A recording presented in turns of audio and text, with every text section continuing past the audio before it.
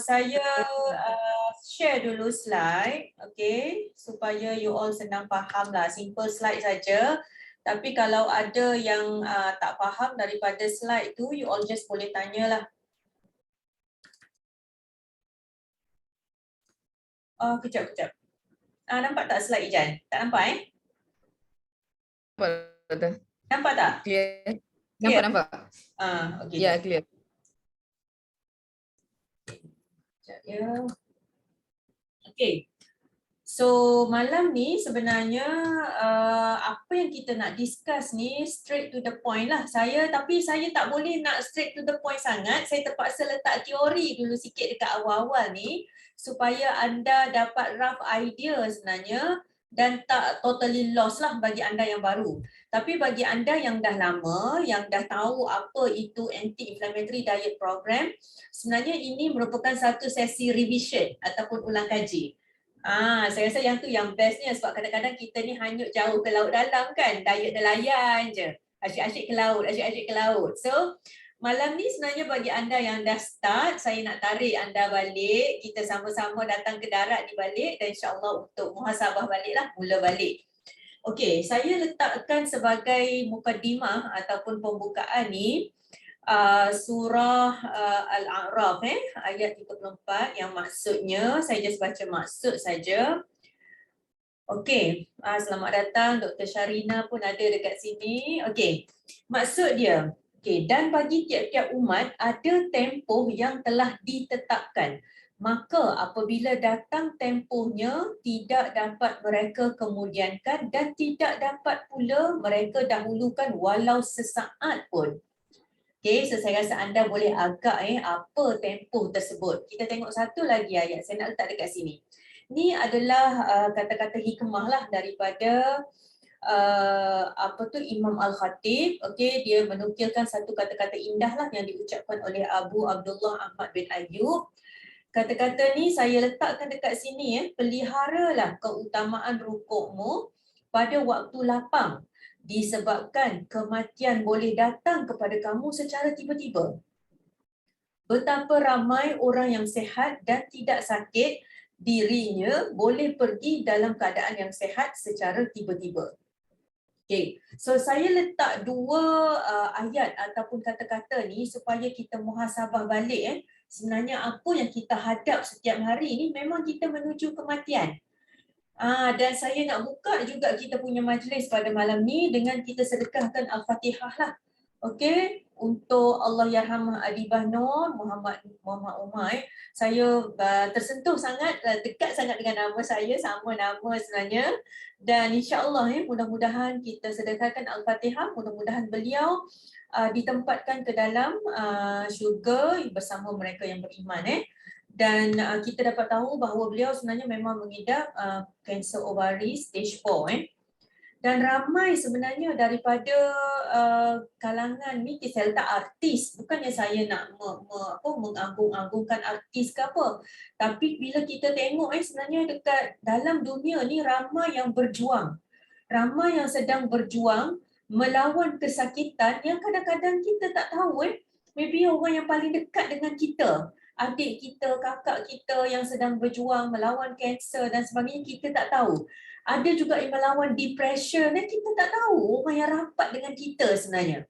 Okey, dan ni juga pelakon senior, kalau you all ingat zaman-zaman 70-an dulu 80-an, Wafa ni, beliau juga mengidap kanser ovari.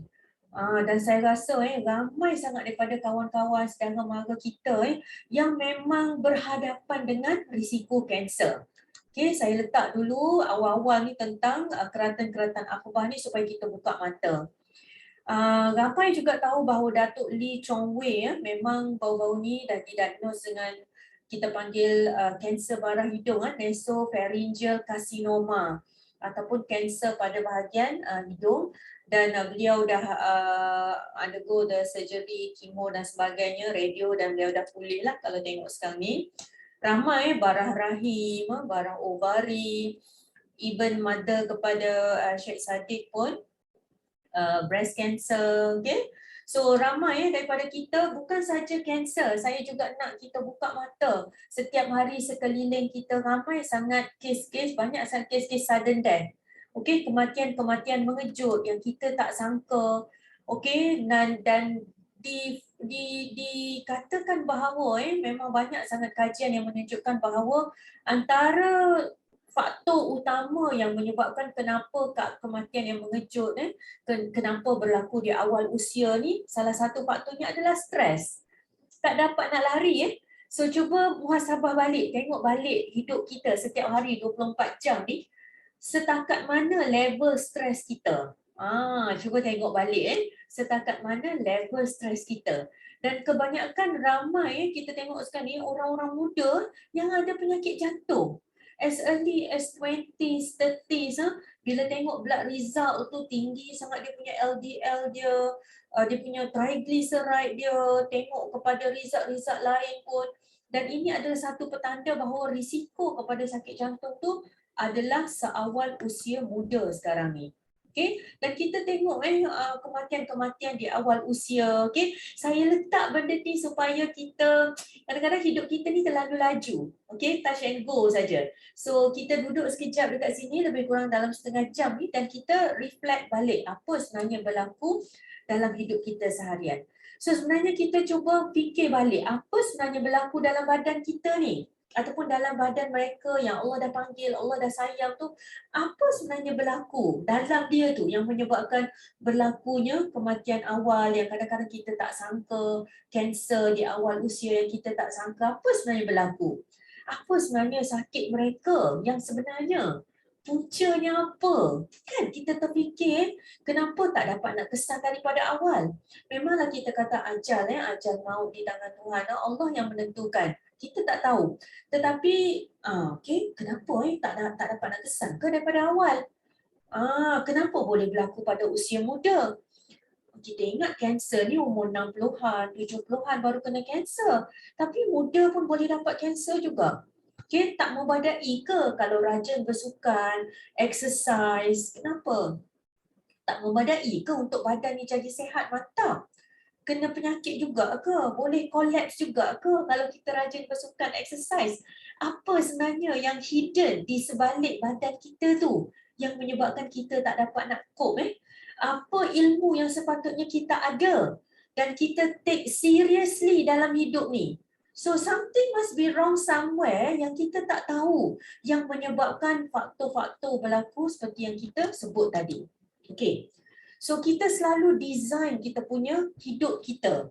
Kan nak design, nak rumah macam mana, nak kereta macam mana, anak kita nak belajar dekat mana. Semua tu adalah design kehidupan kita.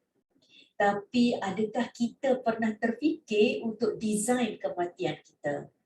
So this is the session Allah Ta'ala pilih kita untuk berada di sini pada malam ini untuk kita fikir sejenak macam mana kita nak design kematian kita. Yes, betul. Semua orang akan mati. Dia sihat ke, tak sihat ke, dia exercise ke, dia jaga makan ke, dia diet macam mana pun memang dia akan mati. Tetapi kita nak supaya kematian kita berlaku dalam keadaan yang tenang, tak menyusahkan orang, tidak ada kesakitan yang macam kita terpaksa berlama-lama dekat ICU sampai tak sedar.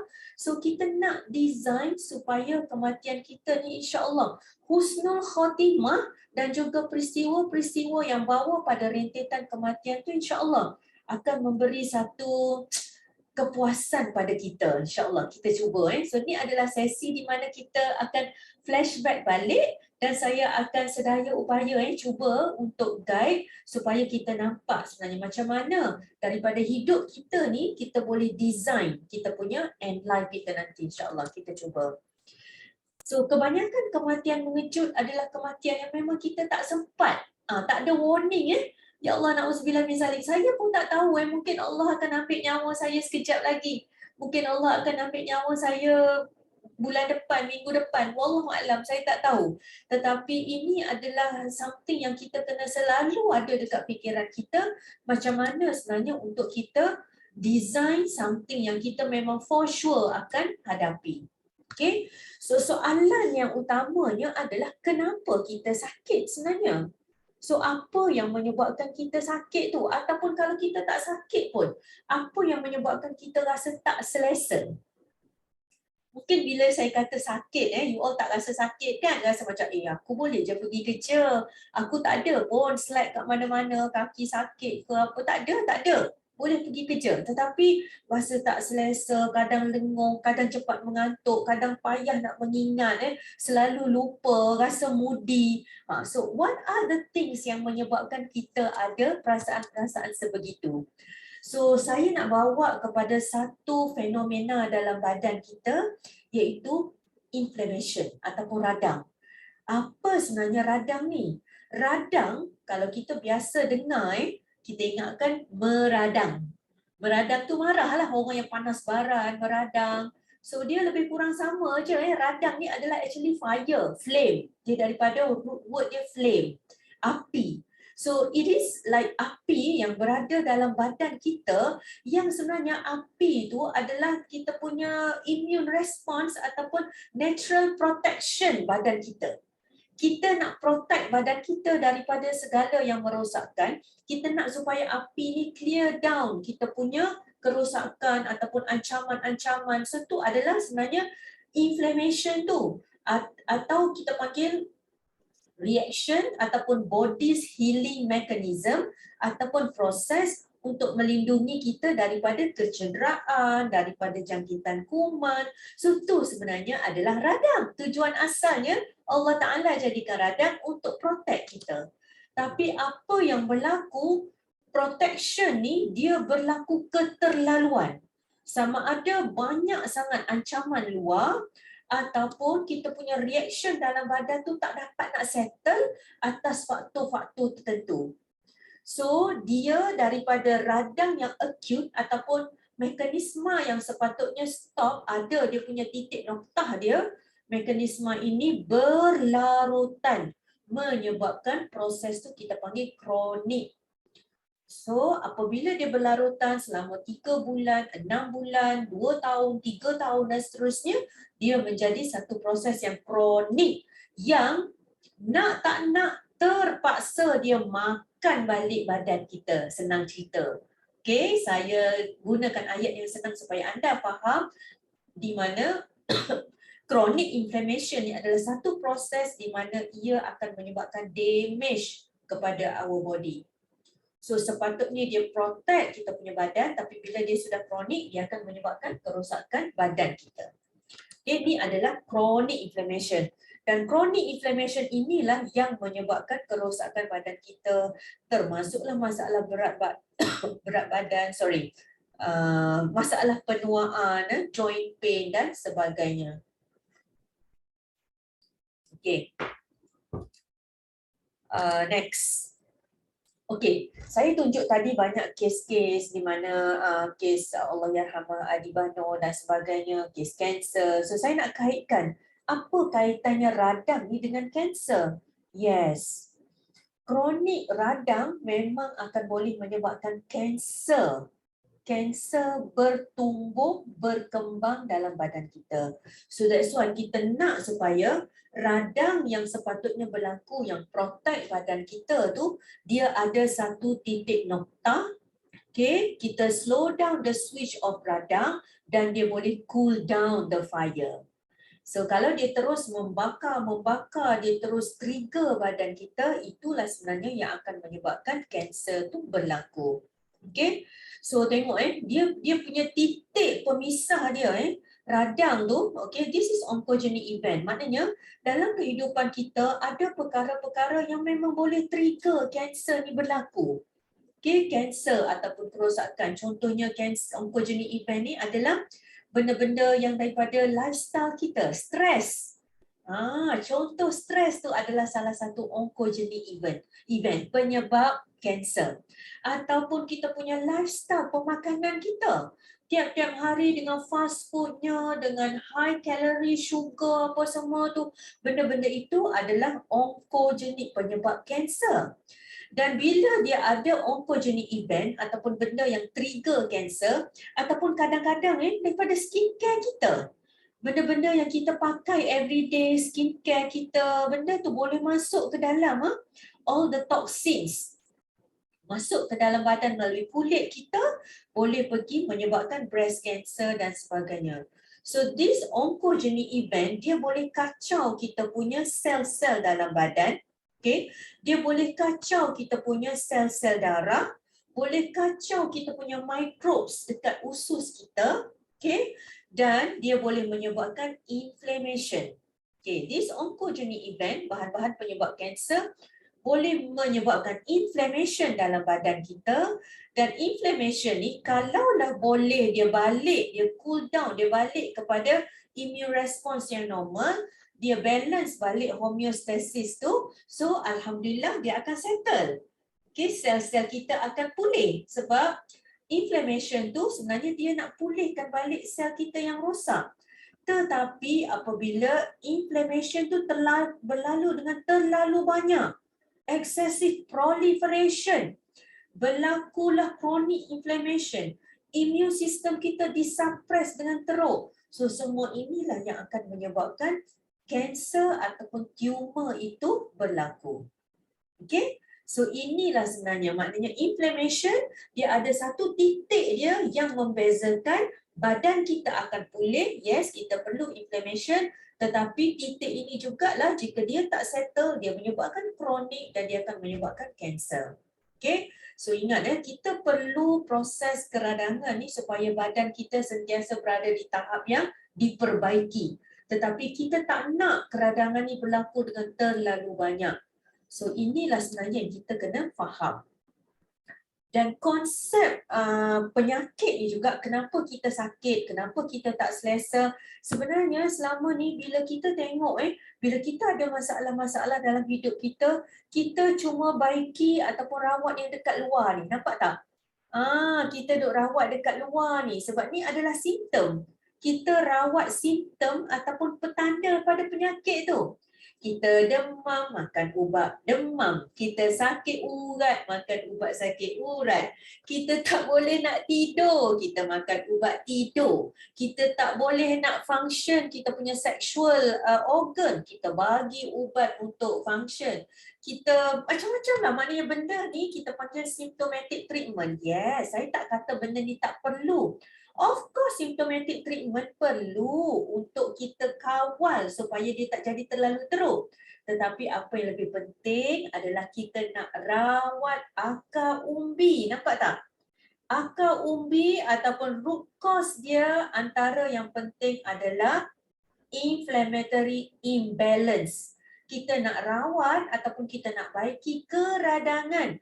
Kita nak baiki hormon-hormon yang tak stabil. Atas dasar inilah kita berada pada sini pada malam ini untuk kita tengok dengan sebenarnya apa sebenarnya dalam hidup kita seharian, sebab setiap orang tak sama tau. Setiap orang tak sama simptom dia, setiap orang tak sama root cause dia, setiap orang kena analyse. You all tulis sendiri apa sebenarnya yang trigger inflammation dalam badan kita, yang menyebabkan hormon kita tak balance, barulah kita boleh rule out satu-satu. Okay, so ini adalah satu benda yang penting. Kadang-kadang kita tak cakna. So mulai daripada saat ini, we have to really concern, analyse dan tengok apa sebenarnya yang tak kena dalam hidup kita ni. Okay, so apa sebenarnya tanda-tanda radang ni kita nak kenal juga ni. Sebab kadang-kadang bila kita nak prepare badan kita, kita kena kenal dulu. Tak kenal maka tak cinta. So bukan nak cinta tau, kita nak tackle kita punya masalah ni, we have to know our enemy. So kena kenal betul-betul apa tanda-tanda dia. Antaranya adalah badan yang selalu sakit-sakit.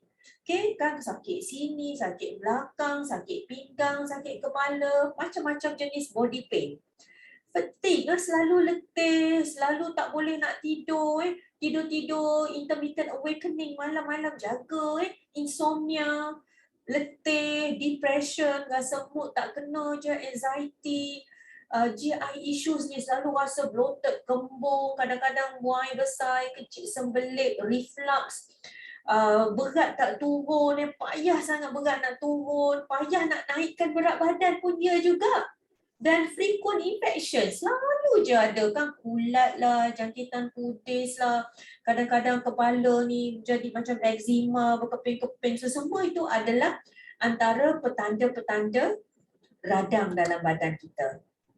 Okay? Ataupun kadang-kadang radang ni kita boleh kenal kalau you all baca artikel-artikel, dia ada dekat belakang dia tis-tis ni. Bukan pitis Myocarditis ni adalah radang dekat otot dekat jantung. So, kan myocarditis, otot dekat jantung pun boleh radang juga ni, menyebabkan heart pain dan sebagainya. Appendicitis, pernah dengar kan? So, ni adalah radang dekat bahagian appendix ni. Okay, kita akan bagi operation dan sebagainya. So, banyak juga benda-benda radang. Kalau tengok ni adalah antara types of pain yang berlaku dalam badan kita yang kita boleh relatekan dengan radang ataupun inflammation. Okay, ni biasa tengok tak kaki gini. So ni adalah apa yang kita panggil sebagai cellulitis. Nampak tak? So dia bengkak, dia merah, bila kita pegang dia panas, okay, dia sakit. So ni adalah antara radang juga ni. Antaranya adalah jangkitan kuman, penyebab dia uncontrolled diabetic, kadang-kadang kencing manis, gula yang terlalu tinggi. So ini semua adalah antara penyebab radang ni. Satu lagi yang kita kaitkan dengan radang adalah masalah salur darah.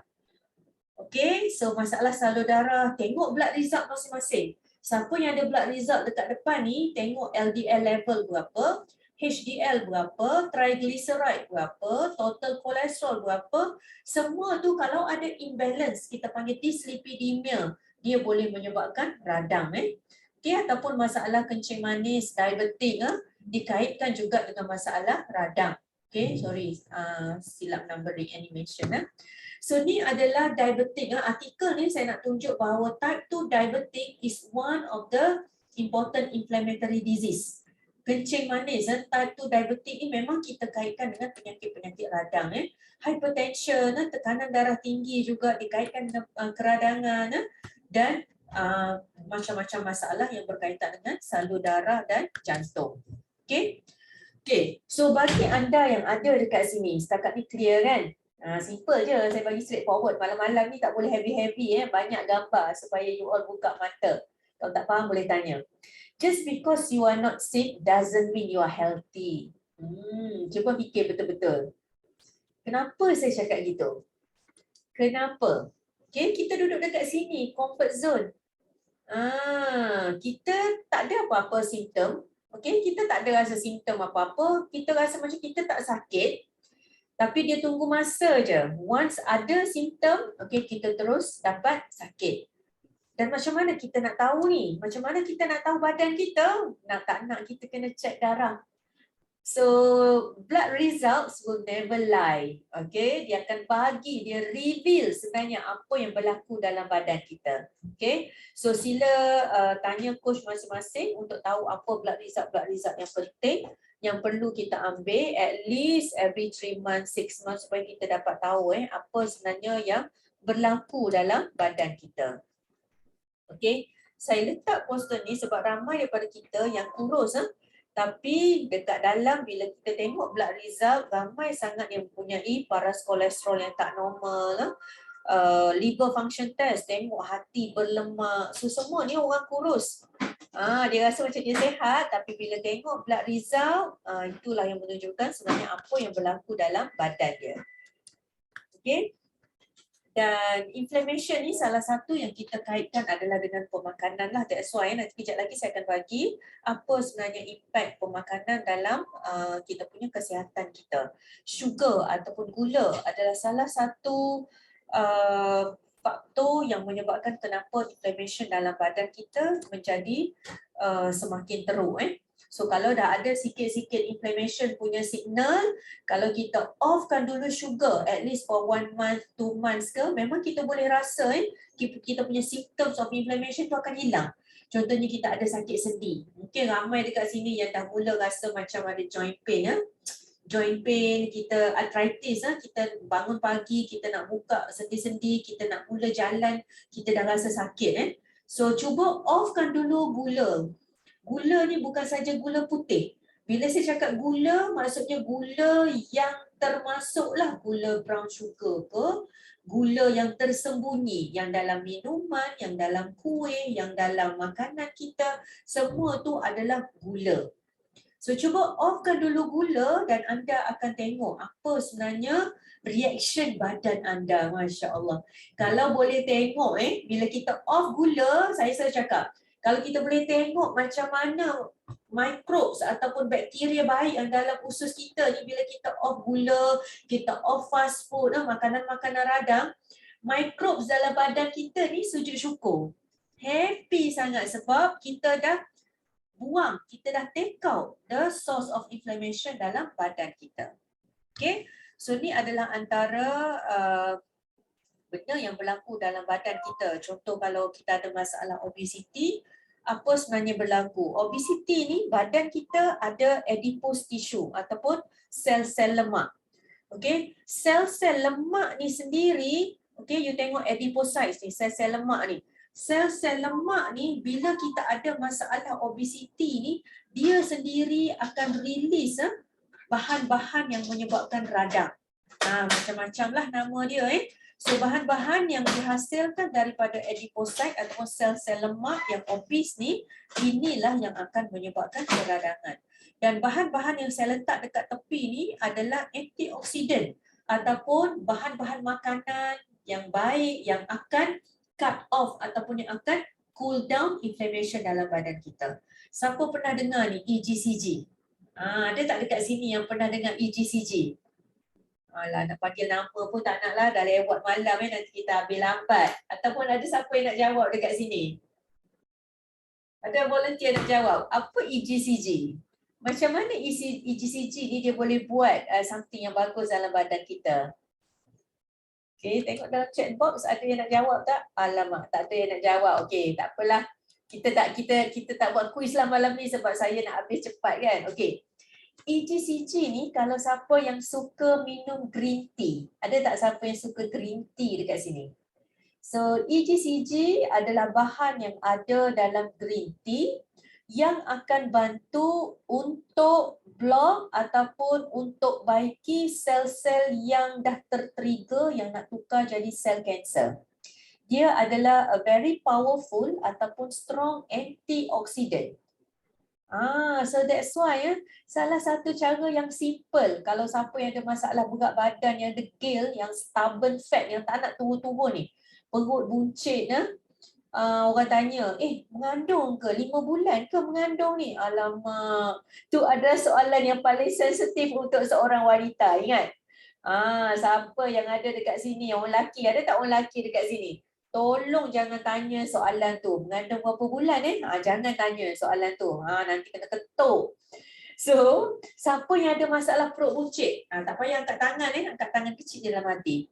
Salah satu cara yang paling senang untuk turunkan lemak dekat perut yang buncit, yang payah nak turun ni, green tea. 2 or 3 cups per day. Okay, 2 atau 3 cups. Coffee cups yang kecil tu, 2 atau 3 cawan sehari. InsyaAllah akan cepat bakar kita punya lemak. Bantu untuk reducekan kita punya masalah obesity ataupun perut buncit. Sebab dia adalah very strong, powerful antioxidant yang akan block kita punya adipocyte ataupun sel-sel lemak kita daripada terus berkembang. Ada banyak lagi petua-petua lain. Ini salah satu. Kalau buat satu je, benda lain tak jaga, tak jadi. Tiap-tiap hari minum 3 cawan green tea, tetapi lepas tu balik kerja beli Mac ... KF ... tak jadi juga. So, kena jaga secara menyeluruh. Saya akan tunjuk kejap lagi macam mana kita nak jaga secara holistik ataupun menyeluruh. And there is no shortcut. Tak ada shortcut. Okay, ramai sangat daripada orang yang jumpa saya, doktor, saya ni nak kahwin 2 bulan lagi. Boleh tak kalau nak turunkan berat badan ni sebab saya nak pakai baju pengantin ni tak lepas. So tolong tak ada shortcut. Memang boleh kita guide dan memang boleh turun insya-Allah. Tapi kita nak supaya kita buat daripada awal ni lagi.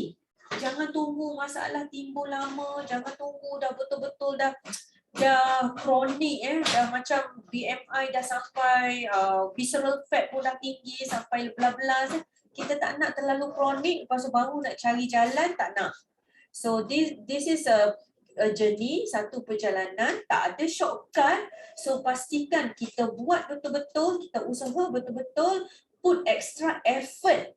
Sebab kalau kita buat secara sambil lewa, tak akan jadi. Sebab kesihatan ni adalah satu jihad, satu mujahadah yang kita perlu ambil seriously. Okay? So makanan, daripada makanan memang kita boleh repair kita punya badan kita balik. So kita gemuk, kita ada masalah radang dan sebagainya, salah satu faktor dia adalah disebabkan pemakanan. Okay, so kita exercise macam mana pun, kalau kita tak betulkan balik pattern atau cara makan kita, memang tak akan dapat. So insyaAllah kita tengok macam mana makanan boleh jadi ubat kita sebenarnya.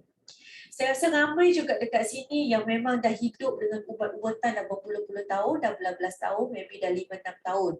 Sanggup tak kita nak bergantung dengan ubat-ubatan tu selama-lamanya? Saya nak anda jawab.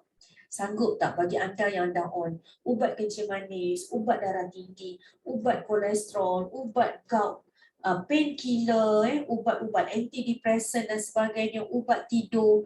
Terpaksa kita bawa ubat-ubat tu ke mana-mana saja. Betul tak? Nak travel, nak ke mana, kalau tertinggal ubat susah. So make sure kita letak satu azam dalam badan kita yang one day, satu hari nanti, insya-Allah, doa mudah-mudahan Allah bagi kita kekuatan untuk kita diberi rezeki untuk kita stop ubat-ubat kita. Saya tak suruh anda stop ubat tau. Jangan salah sangka. Just makan dulu ubat-ubat as doktor you instruct. Jangan off. Buat something. Selari dengan kita makan ubat hospital, selari dengan kita ambil rawatan-rawatan hospital dan lain-lain, kita kena usaha tukar lifestyle kita. Sebab itu adalah root cause ataupun itu adalah sebenarnya asas untuk kita rawat internal healing. Internal healing datang daripada zarah makanan yang kita makan. Itulah sebenarnya ilmu yang kita nak dapat, insya-Allah. Okay, dan apa yang kita makan every day, inilah yang membentukkan genetik ataupun baka kita. Tengok So apabila kita punya DNA ataupun sel-sel baka kita dah rosak, maka kita akan mendapat banyak sangat masalah dalam badan kita. Setiap sel dia akan respon kepada pemakanan kita, lifestyle kita, cara tidur kita, cara kita bercakap dan sebagainya, emosi dan sebagainya. Itu akan menentukan kita punya kesihatan setiap DNA ataupun baka kita. Dan bagi anda yang masih lagi dalam reproductive phase, yang boleh masih lagi mengandung, beranak dan sebagainya, don't be selfish. Sebab apa yang anda makan, itulah sebenarnya yang menentukan baka genetik anak yang anda kandung nanti. Okay? So ingat tu insya-Allah. Tapi bagi anda yang dah menopause, yang memang dah tak boleh nak beranak apa semua pun, jangan selfish juga. Sebab kita ada anak cucu kita, kita masak makanan mereka, kita prepare food. So ilmu ni kena ada juga. Tak terkecuali. Okay? InsyaAllah. So tengok cancer memang dia arise daripada DNA mutation. Maknanya sel kita yang dah termutasi. Yang dah termutasi ataupun yang dah berubah. Yang dah jadi tak normal. Daripada sel normal, dia jadi sel yang tak normal, dia akan jadi cancer cell. Okay? Dan macam mana macam mana sel yang normal tu, dia boleh jadi rosak. Dia boleh jadi sel-sel yang dah mengalami mutasi. Macam mana? Kerana adanya free radical. Siapa yang pernah dengar? Free radical ataupun toksin daripada luar yang attack sel-sel kita, inilah sebenarnya yang damage kita punya sel dalam badan kita. So free radical ni apa sebenarnya? Free radicals ni adalah bahan-bahan, nampak tak? Macam mana free radicals ni terbentuk? Dia adalah daripada, contohnya daripada UV light. Boleh bentukkan juga free radicals. daripada pencemaran, daripada radiation, daripada asap rokok, asap-asap exhaust kenderaan dan sebagainya, daripada metabolisme badan kita pun boleh hasilkan free radicals juga. Daripada inflammation, apa tadi yang saya tunjuk, apa yang boleh trigger inflammation, itu juga boleh menyebabkan formation of free radicals, dan inilah yang boleh damage sel kita, yang boleh menyebabkan berlakunya kanser. Okay, so inilah yang kita namakan anti-inflammatory diet. Okay, iaitu satu bentuk pemakanan yang akan tackle kita punya masalah keradangan dalam badan. Tadi kan semua dah tengok radang. So kita nak supaya radang ni berada dalam keadaan yang balance. Kita tak nak jadi kronik radang. So that's why pentingnya kita ada satu bentuk pemakanan. Dia mestilah nutrient dense, padat dengan nutrisi supaya kita boleh rawat ataupun baiki keradangan kita. Okay, dia adalah well balanced. Diet ini adalah satu bentuk pemakanan yang stabil, yang well balanced, yang kita fokus lebih kepada veggie, buah-buah, lemak-lemak yang baik. Mesti ada lemak, tapi mesti ada lemak yang baik. Nuts, kacang, spices, herba-herba, kita limitkan processed meats, added sugar, tak mau added sugar, refined grain. So ini adalah antara yang kita balancekan. Dan program ini kita design untuk reducekan chronic inflammation. Okay, so base daripada program ini sebenarnya kita ambil daripada Mediterranean diet. Okay, dan dia adalah full research. Okay, banyak sangat kajian-kajian yang kita dah buat, yang kita dah tengok, dan dia bukan sekadar kita just pop-pop letak aja, okay, makan ni, makan tu, makan ni, tanpa ada scientific basis. So, ingat, anti-inflammatory diet is the program where kita ada a very strong scientific platform, scientific basis. So, setiap apa yang kita makan, kenapa, timing dia, banyak mana portion dia, nak combine dengan apa, semua tu ada dia punya physiological fakta-fakta dia. Jadi jangan risau, insyaAllah. Okay, so saya suka tengok Dr. Rahman post dalam Facebook dia baru ni, tengok even KKM pun ambil makanan yang tinggi antioksida. So apa maksud antioksida ni? Saya explain lepas ni. So ini adalah pemakanan yang memang kita letak dalam program kita ni. So kalau you all tengok program ni anti-inflammatory adalah makanan-makanan di mana kita letak makanan yang antioksida. Tinggi sangat antioksida sebab oxidation ataupun proses oksidasi atau oxidation inilah yang menyebabkan radang berlaku dalam badan kita. Okay, so saya nak anda tengok sikit rajah ni. Walaupun nampak macam complicated sikit, tapi dia senang je. Sebenarnya molekul yang kita panggil free radicals ni adalah molekul yang di mana dia, senang cerita, kita panggil dia molekul yang gila. Gila ataupun dia tak stabil. Sebab apa? Molekul ni kalau kita ingat kita belajar fizik dulu kan dia ada atom-atom dia. So atom ni dia ada dia punya elektron dan sebagainya. Ingat tak proton dia, elektron kan? So free radicals ni adalah molekul yang hilang satu elektron. So dia tak ada pasangan. Satu elektron ni yang lain semua ada pasangan. Ada pasangan, ada pasangan.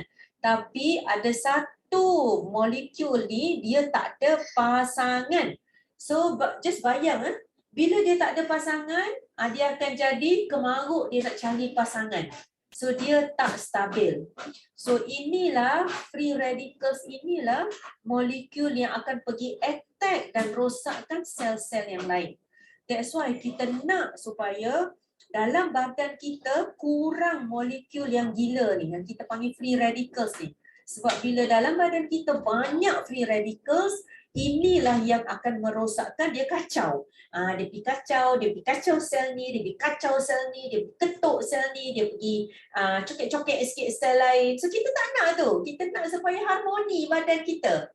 So apa yang kita buat, kita akan bagi pemakanan ataupun ataupun kita akan sediakan satu bentuk meal plan yang bertindak sebagai antioksidan, di mana molekul makanan antioksidan inilah yang akan dermakan. Dia akan dermakan satu elektron kepada free radicals tadi. Ni yang tak cukup pasangan ni. So contohnya ni adalah contoh tadi saya kata green tea. So siapa yang suka green tea tadi, green tea kaya dengan antioksidan. So dia ada banyak sangat donor ataupun elektron-elektron bebas yang boleh didermakan kepada molekul yang gila ni. So that's why minumlah green tea banyak-banyak. Antaranya ada banyak lagi makanan lain. Cuba tengok kat belakang gambar saya tu.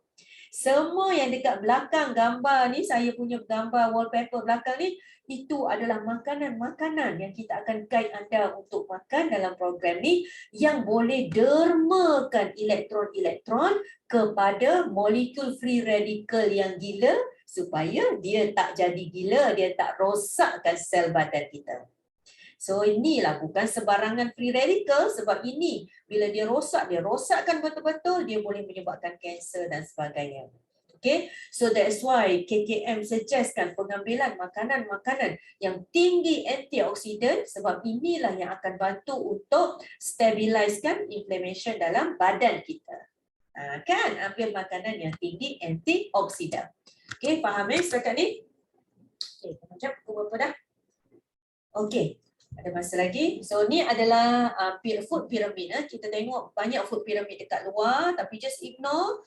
This is actually antara food pyramid yang kita akan guna pakai dalam program kita ni. Okay, di mana kita akan follow dia punya hierarchy dia. So nampak green tea ada dekat sini.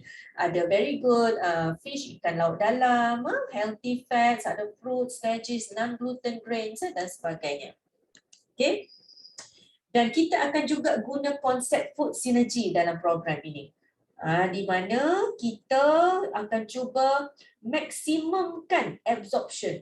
Food synergy ni adalah 1 + 1 = 4. Dia bukan 1 + 1 = 2, tetapi 1 + 1 = 4. Di mana kita akan combinekan pemakanan-pemakanan tertentu dan zat dalam pemakanan tu akan bantu untuk maksimum absorption of nutrition dalam badan kita. So ilmu ni lah yang kita kena ada. Tak semua ni kita dapat daripada luar. You really have to learn this. So lepas daripada presentation saya ni, bagi anda yang baru yang ada dekat sini, tolong tanya kawan anda macam mana nak start program ni ASAP. Lagi lama anda delay, lagi banyak kerosakan dalam badan anda disebabkan oleh molekul yang gila tadi, free radicals tadi. So simple je dalam program ni, anti-inflammatory diet program. Yang pertama kita akan cuba padamkan api keradangan kita. Kita akan stabiliskan hormon kita dan ketiga kita akan fokus kepada muscle. Okay? Kita nak force ataupun kekuatan. Kita tak nak kita lose weight and then kita jadi menggelebih. Menggelebih situ, kedut sini, sini menggelebih. Kita tak nak. Kita nak supaya kita turun berat badan atau kita naik berat badan dengan elok. Kita nak supaya badan kita mantap. Okay, so ni antara ilmu-ilmu termasuk juga ilmu tidur dan sebagainya kita akan bagi dalam program ni.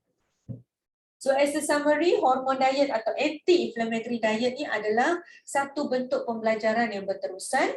Kita akan buat secara berjemaah atau berkumpulan dan anda mesti sanggup berubah.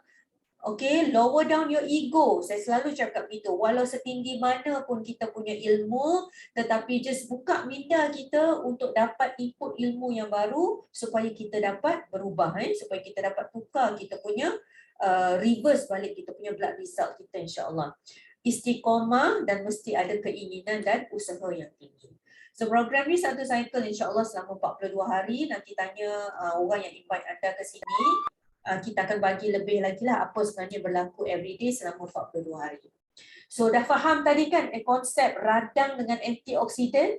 So rahsia ataupun senjata utama yang ada dalam program ini adalah antioksidan juice. So dia punya detail ramuan dia kita akan bagi dalam resepi nanti, dan antioksidan juice inilah antara senjata utama yang initially yang akan bakar, yang akan repair kita punya kerosakan dalam badan kita. Okay, siapa yang dah rasa antioxidant juice ni memang you all kalau sehari tak minum memang akan rasa something wrong somewhere. Okay, so ni adalah antara contoh-contoh makanan yang kita makan dalam program ni. Detail menu plan dan sebagainya kita akan dapat nanti daripada grup WhatsApp dengan Telegram, insyaAllah. Okay, so saya rasa setakat tu saja. Saya just sekali lalu tunjuk dos yang dah berjaya dalam program ni. Untuk dapat detail lanjut lagi, anda boleh kontak kawan yang invite anda ke sini dan boleh tahu apa sebenarnya berlaku pada setiap individu yang saya tunjukkan gambar dekat sini, insyaAllah. Saya rasa itu saja. Ada apa-apa soalan tak? Saya buka pada soalan. Kejap. Saya rasa itu saja. Sorry. Tiada another gambar. Okay, saya just tunjuk je sebab saya tak nak pergi dengan lebih detail. You all boleh tengok kan? These pictures actually saya tak perlu explain. You can really see what are the changes they have been through dan anda boleh nampak obviously apa yang berlaku pada setiap individu. Okay, it is an amazing journey. This is a miracle journey. Anda kena hayati. Saya tak boleh nak cakap okay, durian ni sedap, durian ni ya Allah rasa dia lemak, rasa dia memang tak boleh. Anda kena rasa sendiri durian tu baru tahu macam mana sedapnya. So you have to really rasa sendiri journey of anti-inflammatory diet ni, barulah anda boleh tahu apa sebenarnya dia punya benefit dia, insyaAllah. Okay, so saya rasa itu saja. Okay, ni saya sendiri. Okay, Alhamdulillah. So, saya buka pada soalan sekarang kalau ada apa-apa yang nak tanya. So, this is actually a teamwork. You must have a decision, istiqamah all out, no U-turn. We will guidance daripada pakar, turunkan ego, trust, listen and follow. So, saya serahkan balik pada Coach Ijan, insyaAllah. If anything, if ada question ke apa-apa, saya boleh entertain lah, insyaAllah. For about 5-10 minutes. Soalan? Doktor, dalam chat box tu ada satu. Adakah badan yang besar disebabkan genetik? Okay, Nazima. Okay, adakah badan yang besar disebabkan genetik? Okay. Kalau kita ada masalah dengan masalah obesity ataupun overweight, memang dia ada faktor genetik. Tapi obesity ni dia multifaktorial. Multifaktorial maknanya banyak sangat faktor-faktor lain. Genetik is only about 5 to 10% saja. Gene, jangan salahkan genetik. So memang ada sikit faktor genetik, tetapi about 90 to 95% adalah daripada lifestyle kita.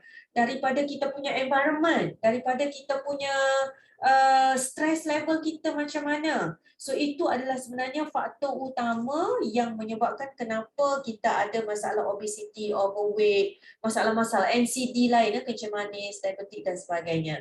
So memang betul, jawapan dia betul, memang ada disebabkan oleh genetik juga, tapi that is only a very small factor. Another big factor is actually daripada kita punya lifestyle and environment. Asrul, okay, penat makan ubat banyak-banyak, asyik nak mengingat, betul. Doktor, betulkah makan ubat hospital ni kita akan ada side effects? Yes. Actually, Asrul, semua kebanyakan lah ubat-ubatan hospital memang ada side effects dia. So, biasanya bila doktor bagi ubat, dia akan explain dulu apa side effects dia. Kalau doktor tak explain pun memang kena explore cari sendirilah sebab kebanyakan hospital memang, kebanyakan ubat-ubatan memang ada side effect dia. Dan ubat-ubatan ni, sebab dia adalah daripada chemical, dia memang akan diproses di hati, di liver, dia akan pergi ke kidney untuk dibuang dan sebagainya. So organ-organ itulah antara organ yang utama yang akan dapat burden ataupun side effect daripada ubat-ubatan hospital yang dimakan. So those yang memang ambil ubat-ubatan hospital, saya tak suruh berhenti. Ingat jangan salah sangka. Kan ada yang cut video saya ni, suruh saya cakap saya berhenti. No. Those yang memang ambil ubat-ubatan hospital, you all kena aware memang ada side effects. Tetapi anda hendaklah ada satu cara lifestyle yang sihat untuk kontrol supaya side effects itu tak menjadi satu yang burden kita punya organ kita. So every 3 months atau 6 months check kita punya liver function test, renal function test, pastikan dalam keadaan yang normal. Kalau tak normal, kena cepat-cepat aware apa yang kena buat dan sebagainya. Okay, so insyaAllah. malam boleh minum, yes, malam boleh minum green tea, boleh, tak ada masalah. Tapi jangan tambah apa-apa any like sugar or madu ke apa, jangan dululah, just ambil plain green tea yang kosong saja. Kalau nak ambil malam lah, sebab malam kita dah tak guna sangat energi apa semua kan. Kalau nak minum pada waktu siang, at least green tea tu boleh letak honey sikit lah, boleh insyaAllah. Okay. Ada soalan lain? Atau ada siapa yang nak on mic ke? Boleh tanya. Doktor, green tea yang bagus, contoh ni, example. Green tea yang bagus. Okay. Green tea ni kalau saya tak kisah sangat lah. Tapi make sure kalau you boleh cari organic lagi bagus. Yang any brand yang organic. And then cari green tea yang kalau boleh. Kalau saya suka yang Ahmad Tea. Saya suka yang memang dia dalam tea bag dia yang dia ada pieces of daun dia tu. Saya suka yang ada tea bag and then kita still boleh nampak big pieces daun dia tu. Saya suka yang tu. Tapi saya memang guna Ahmad Tea lah biasanya, ataupun jenis-jenis yang Earl Grey dan sebagainya boleh, tak ada masalah. Or black tea, siapa yang nak guna black tea pun boleh. Okay. Tak ada dah kot ni Jan? Siapa yang ada soalan, maybe kalau you all segan, boleh PM saya lah ataupun boleh tanya kawan yang invite anda. Ada green tea yang campur halia, yes. Kalau campur halia boleh, tapi kena careful lah. Kadang-kadang ada green tea ni yang dia campur dengan sugar. Yang dia buat macam minuman tau, Asrul. So dia letak sugar, dia letak halia, dia letak benda-benda yang bagus. Tetapi dia letak juga sugar ataupun creamer ke apa dalam tu, kalau boleh tak nak lah. Okay, ambil yang pure. Muhammad Effendi, doktor, saya tidak mengalami masalah overweight tetapi lebih kepada kawalan dan penjagaan kesihatan seperti darah tinggi, diabetes dan kolesterol. Apakah selepas menjalani program akan berat lagi? Okay, very good question Cik Effendi. Ni soalan yang memang biasa orang tanya. Okay, badan dia dah tak ada masalah overweight. Tetapi ada masalah dalam badan seperti diabetes, hyperkolesterol, hypertension. So untuk pengetahuan Cik Effendi, masalah-masalah kita panggil NCD ataupun non-communicable disease. Contohnya kencing manis, darah tinggi, hyperkolesterol, ini adalah antara NCD, penyakit-penyakit tak berjangkit yang merupakan salah satu manifestasi keradangan dalam badan kita. Okay, so program ni yang kita panggil anti-inflammatory diet, insya-Allah akan tackle lah masalah-masalah yang kita panggil kencing manis, darah tinggi dan sebagainya. Dan daripada kita tengok ramai peserta sebelum ni yang memang buat program ni, as early as like 2-3 days dia buat, ataupun dalam minggu pertama tu, bila dia follow betul-betul jadual, dia punya darah tinggi, kencing manis dah well control.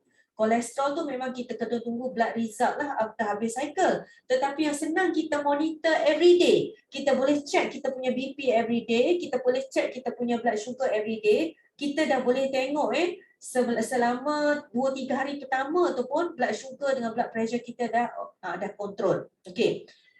Kalau kita takut badan kita kurus, saya nak bagi tahu satu je ni, special Cik Effendi.